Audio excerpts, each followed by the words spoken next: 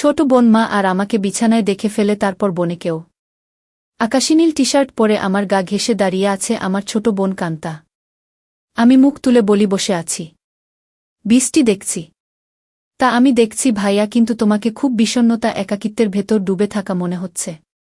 তোমাকে আমি অনেকবার বলেছি জলি আপার আহ্বানে সাড়া দাও।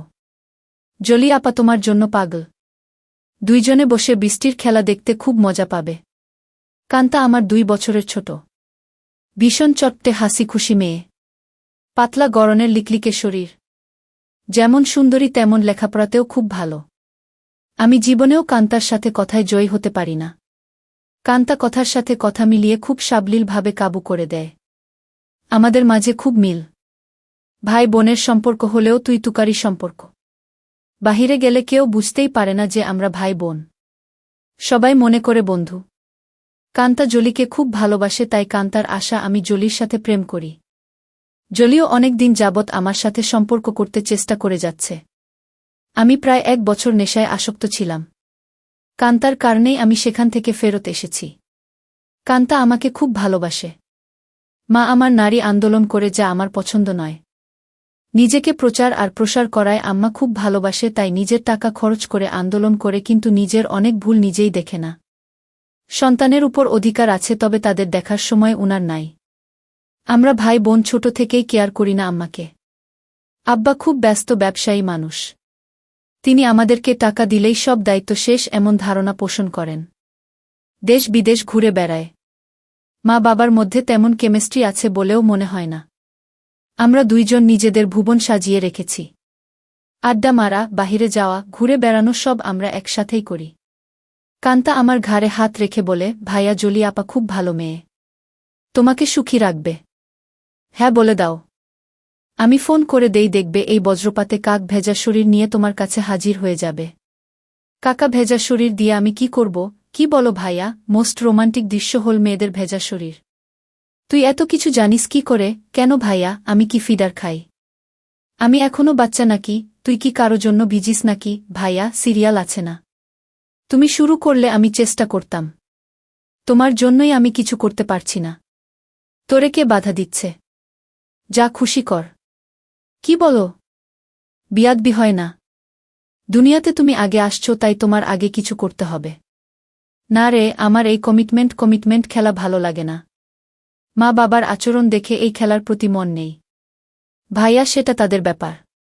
তাই বলে কি আমরা সেটা দেখে এখন নিজেদের কষ্ট দেব? ওদের মাঝে ভালোবাসা ছিল, আর সেটার প্রমাণ তুমি আর আমি। বাবা গরিব ছিল, তাই টাকার অভাব দূর করতেই টাকার প্রতি আগ্রহ বেশি। আম্মা আব্বার জন্য ঠিক নয়। তাই বলে কি আমরা ভুল করব? এত কিছু ভাবিস কি করে? তোর কেউ থাকলে বলো, বিয়ে দিয়ে দেই। ভাইয়া, আমি তোমার চিন্তা করি। তুমি এত হ্যান্ডসাম একজন মানুষ, আর তোমার গার্লফ্রেন্ড নাই। কি করে হয়? তোমার দিকে সব মেয়ে চেয়ে থাকে হা করে, তুমি কি জান? তাই তুই কি এই সব দেখে বেড়াস নাকি? আমি হয়তোবা দেখতে ফানি কার্টুন, তাই সবাই দেখে। না ভাইয়া, তুমি ফানি না, তুমি তাদের কাছে হানি। ওরা তোমায় দেখে দেখে গিলে খায়। যা কি বলছিস?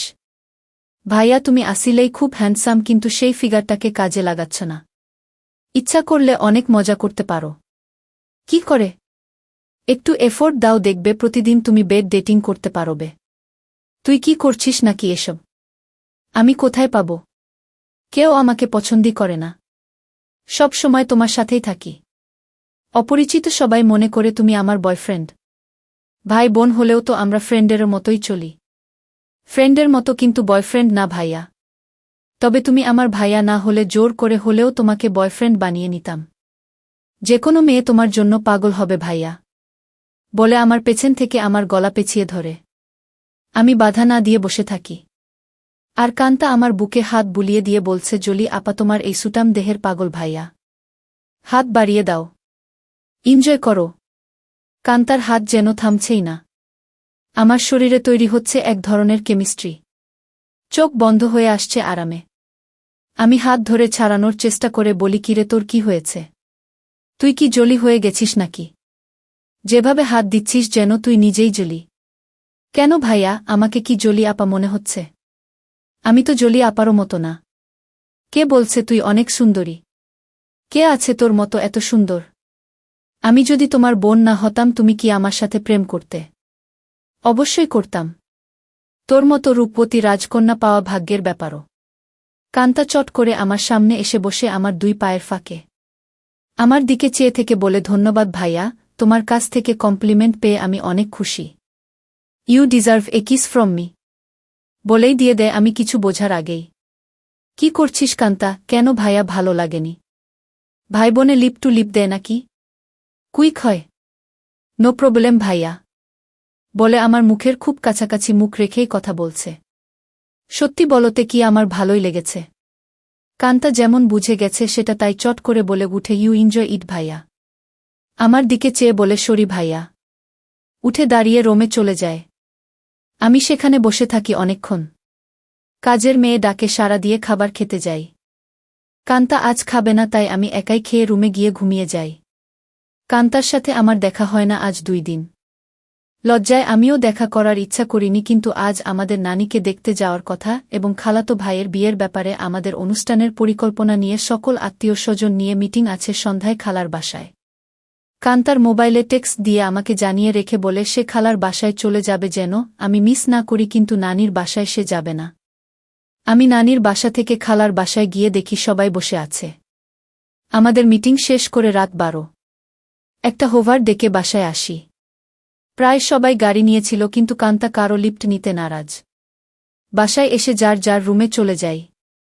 আম্মা জানতে চাইল মিটিং কেমন হলো এবং আমরা কি করব। আমরা দুইজনই কালকে বলব বলে বিদায় নেই। আম্মা শুধু বলল, আগামীকাল আমরা কক্সবাজার যাব, তোরা কি যেতে চাস নাকি? আমি বললাম না। কান্তা জবাব না দিয়ে চলে যায়। আব্বা আম্মা দুপুরের ফ্লাইটে কক্সবাজার চলে গেলে আমি আর কান্তা বাসায় বসে আছি। তখন কান্তা বলে, ভাইয়া চলো আজ আমরা বাহিরে ডিনার করি।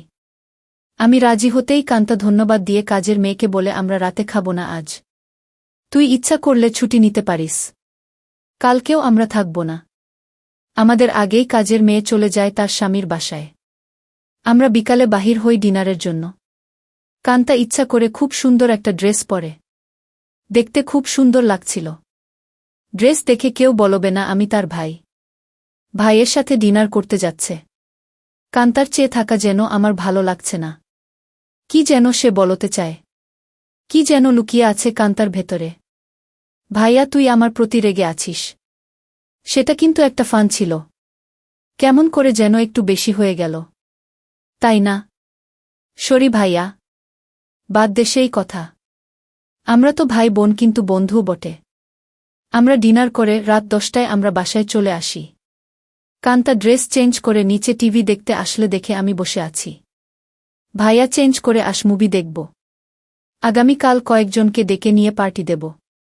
কি বলো? বেশি না। তুই যাকে ইচ্ছা বলে দিস আসতে। আমি রাজি। যেন ওসব জিনিস না আনে। আমি একটা শর্ট পরে নিচে এসে একটা হিন্দি মুভি দেখছি। কান্তাও শর্ট পরা। মা বাবা না থাকলে আমরা প্রায় সময়ই তা পড়ি। অনেকক্ষণ কান্তা কোনো কথাই বলেনি। অন্য সময় মুভি পছন্দ না হলে বা সাউন্ড বেশি কম নিয়ে ঝগড়া করে। আমি প্রথম কথা বলি, কিরে কান্তা কফি খাবি? দাঁড়াও ভাইয়া আমি বানিয়ে নিয়ে আসি। বলেই কিচেনে চলে যায় এবং কেটলিতে পানির সুইচটা দিয়ে অপেক্ষা করে। আমিও গিয়ে পাশে দাঁড়াই আর বলি, তোর মন খারাপ নাকি? কিছু তো বল। না ভাইয়া, আমার সেই ভুলের জন্য খারাপ লাগছে। কি যে বলিস, কি হয়েছে? আমি কিছু মনে করি নাই। ভালোই লেগেছে। ভালোই লেগেছে কথাটা বললাম কারণ কান্তা যেন সহজ হয় একটু। তোমার ভালো লেগেছে? তা আমি তখনই বুঝেছিলাম। কফি নিয়ে আমরা সোফায় পাশাপাশি বসে টিভি দেখছি। কান্তা আমার গাড়ে মাথা রেখে বলে, ভাইয়ে তুমি আম্মা আব্বাকে বলে আমাকে বিয়ে দিয়ে দাও। এত তাড়াতাড়ি বিয়ে করতে চাস কেন? আমি না ভাইয়া, তুমিও করো। আমাদের তো আর লেখাপড়া করে চাকরি করতে হবে না। তাহলে এনজয় করি। কি বলো? দেখলে না তুমি আমার সাথেই কি মজা পাইলে। ভাবি হলে তো আরও পেতে নাকি? কেন? ভাবির কি 2টা মুখ? আলাদা মজা লাগত। আরে না ভাইয়া, মুখ একটা, জিহবা একটা ছাড়াও মজা লাগার আরও জায়গা আছে। আর সেদিন তুমি আমাকেই ভাবি মনে করে তোমার হাত অন্য জায়গারও খোঁজেছিল। কান্তা আমার কুলে মাথা রেখে বুক চেতিয়ে শুয়ে পড়ে। বলছি জলি আপাকে কালকে ডাক দাও আর ইচ্ছে মতো হাতাও। অনেক বড় বড় আছে জলি আপারগুলো। আমার এত বড় দরকার নাই। ছোটই ভালো। ছোট ভালো বলে আমারগুলির দিকে কুনজরে দেখছ কেন? কি বলছিস? আমি কুনজরে দেখছি তা তুই কি করে বুঝলি? ভাইয়া আমার মাথার নিচের থেকে সংকেত দিচ্ছে। আমি টের পাচ্ছি বলেই হা হা করে হেসে উঠে বসে আর বলে, ভাইয়া আমি এখন জলি আপাকে ফোন দেই। এই ধূপসি মোটা জলি আমার লাগবে না। তোমার কি আমার মতো শুকনা কাঠ পছন্দ? তবে জলি আপা কিন্তু এক্সপার্ট। শুনেছি খুব আনন্দ দেয়। আমাকে অনেক কিছু শিখিয়েছে বলে আমার চোখে চোখ রেখে কেমন একটা ইশারা দেয়। আর বলে, তুমি কিন্তু আমার বুকে হাত দিয়েছিলে ভাইয়া সেদিন। কি করছিস কান্তা? তোর কি লজ্জা নাই? কান্তা আজবসব কাজ করতে লাগল। আমি বললাম, কান্তা তুই কিন্তু অনেক দূর চলে যাচ্ছিস। ভাইয়া আমি অনেক দূর যাচ্ছি না। ভাইয়া এই মুহূর্তে আমার ভালো লাগছে তোমার জিনিসটা ধরে রাখতে। আর সেটাই সত্য। প্লিজ বাধা দিও না। কান্তা তুই আমার ছোট বোন। খুব আদরের। আমি চাই না সামান্য একটু ভুলের জন্য আমাদের জীবন নষ্ট হোক। ভুলের মাঝে আমরা বেঁচে থাকি। ভাইয়া আমাদের সম্পর্কে ফাটল ধরবে না। কান্তা এইসব তুই শিখলে কোথায়?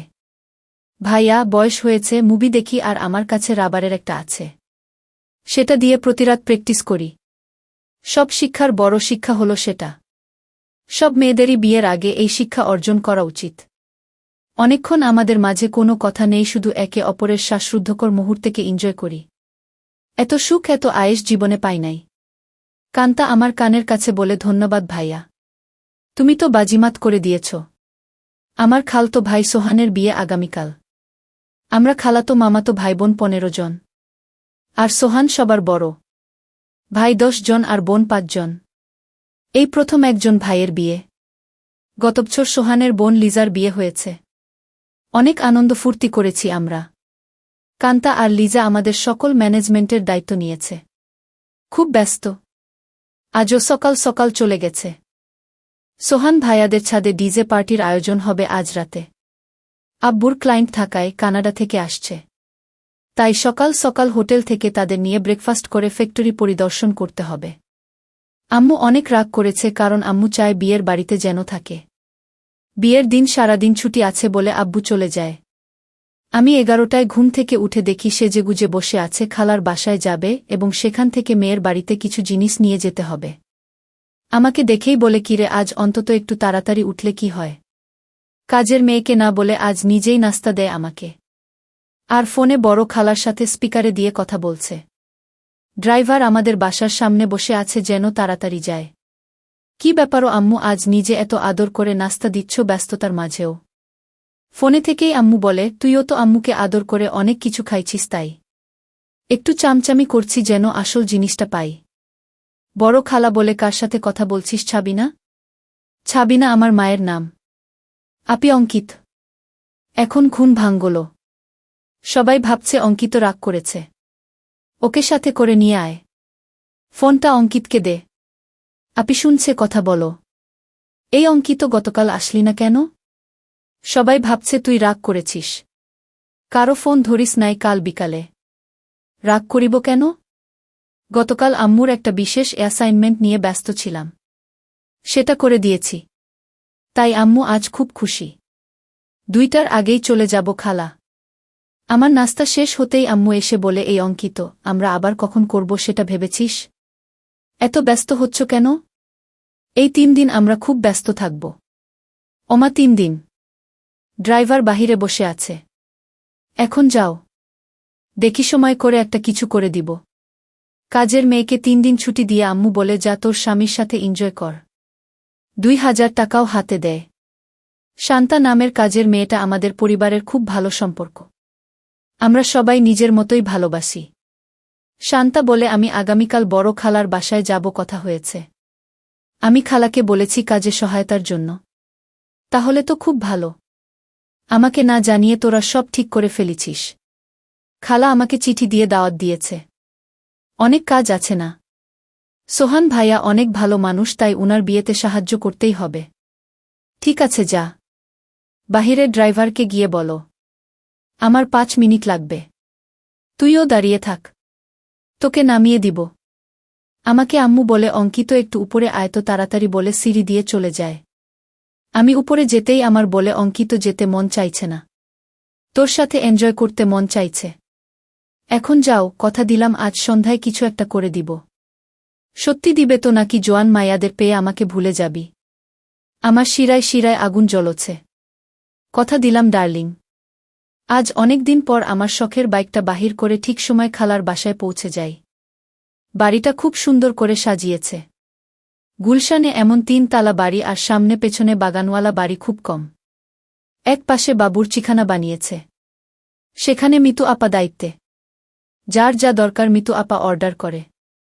আমাকে দেখেই বলে এনিথিং স্পেশাল লাগবে? না আপু, সবার স্পেশাল থেকে একটু একটু করে চেকে নিলেই আমার হবে। ভেতরে ঢুকেই কান্তার সাথে দেখা।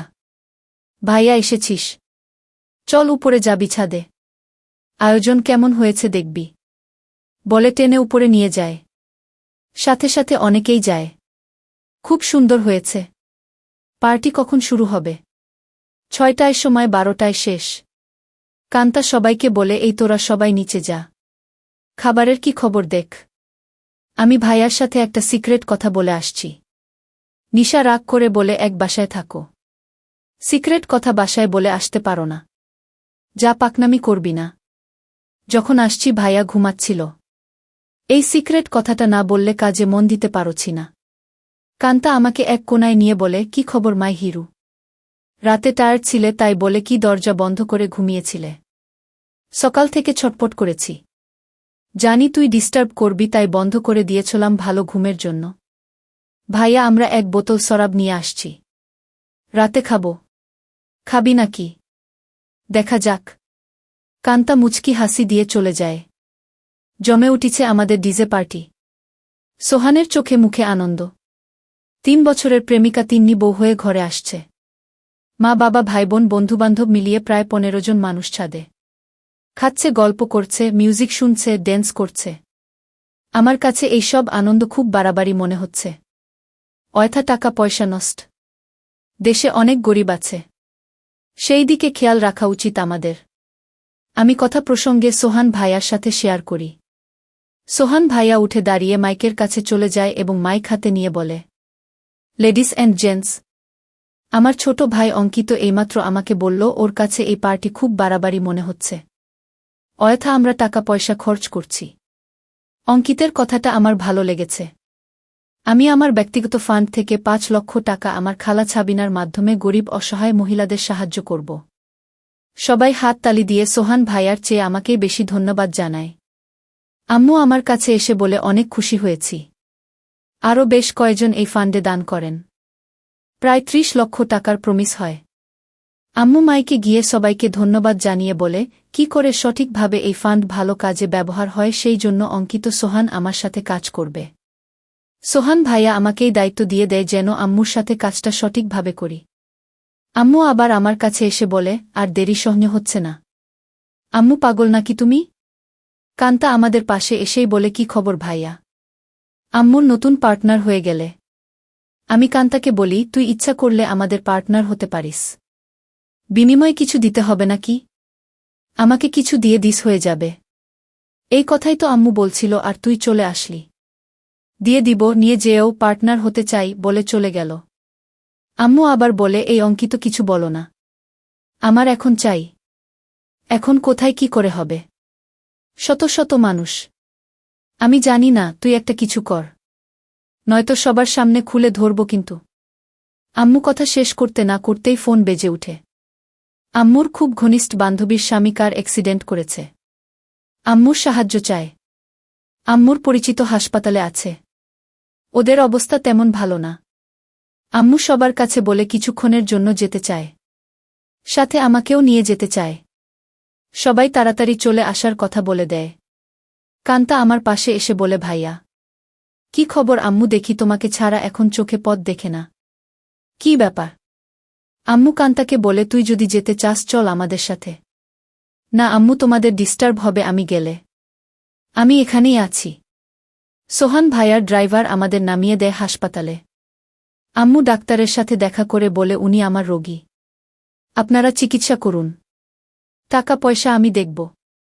আম্মুর বান্ধবী শিলাকে সান্ত্বনা দিয়ে বলে চিন্তা করিস না। ঠিক হয়ে যাবে। তোরা কোনো টাকা দিস না। আমি পরে এসে সব ঠিক করব। তোর কাছে টাকা না থাকলে বলিস। সোহানের বিয়ে বাসায় বহু মেহমান আমার জন্য অপেক্ষা করছে। আমি এখন যাই। আমরা একটা ট্যাক্সি করে সোজা আমাদের বাসায় চলে আসি। আমার রুমে ঢুকে আম্মু বিছানায় গিয়ে আমাকে বলে, কই তুই আয়। আমাদের হাতে সময় নাই। মাত্র 1 ঘন্টা সময়।